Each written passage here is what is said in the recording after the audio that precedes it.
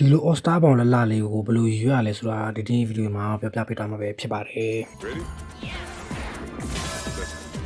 ။ရုံစုံ event တွေမှာရှိတဲ့ဒီ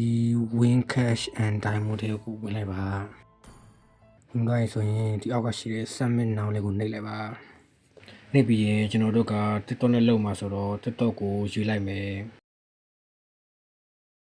အောက်မှာရှိတဲ့ content language တွေမှာကျွန်တော်တို့ကမြန်မာကိုရေးလိုက်မှာဖြစ်ပါတယ်မြန်မာကိုလည်းရေးပြီးရင်အောက်အမှရှင်းရှင်းလိုက်မယ်ရှင်းပြီးရင်ကျွန်တော်ဒီအပေါ်မှာထည့်ဖို့ link အတွက်ကျွန်တော် TikTok တွေဝင်လိုက်မယ်ကြာရင်ကျွန်တော် TikTok မှာရှိတဲ့ကျွန်တော်တို့တင်ထားတဲ့ mobile legend video တစ်ပုဒ်ကို copy link ယူလိုက်မယ် copy link ယူပြီးသွားရင်ကျွန်တော်တို့ကတန်တယ်လို့တော့မရသေးဘူး Chrome ထဲကိုအရင်တွားလိုက်မယ်ပြီးတော့ search bar မှာဆွမ်းနာကယူလာခဲ့တဲ့ link ကိုထည့်လိုက်မယ်ထည့်ပြီးကိုဗီဒီယိုပေါ်လာပြီဆိုကမှ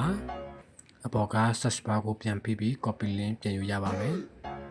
copy ယူပြီးသွားပြီဆိုရင် browser ထဲကိုပြန်သွားပါမယ်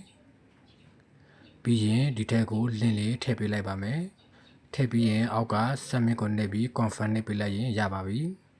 ပြီးရင် draw နှိပ်လိုက်ရင်ဒီလို all star ပေါင်လေးကိုရရှိပြီပဲဖြစ်ပါတယ် copy လေးကိုထပ်နှိပ်ပြီးတော့ကိုအကောက်ထဲက redemption code လေးမှာထည့်လိုက်ရင်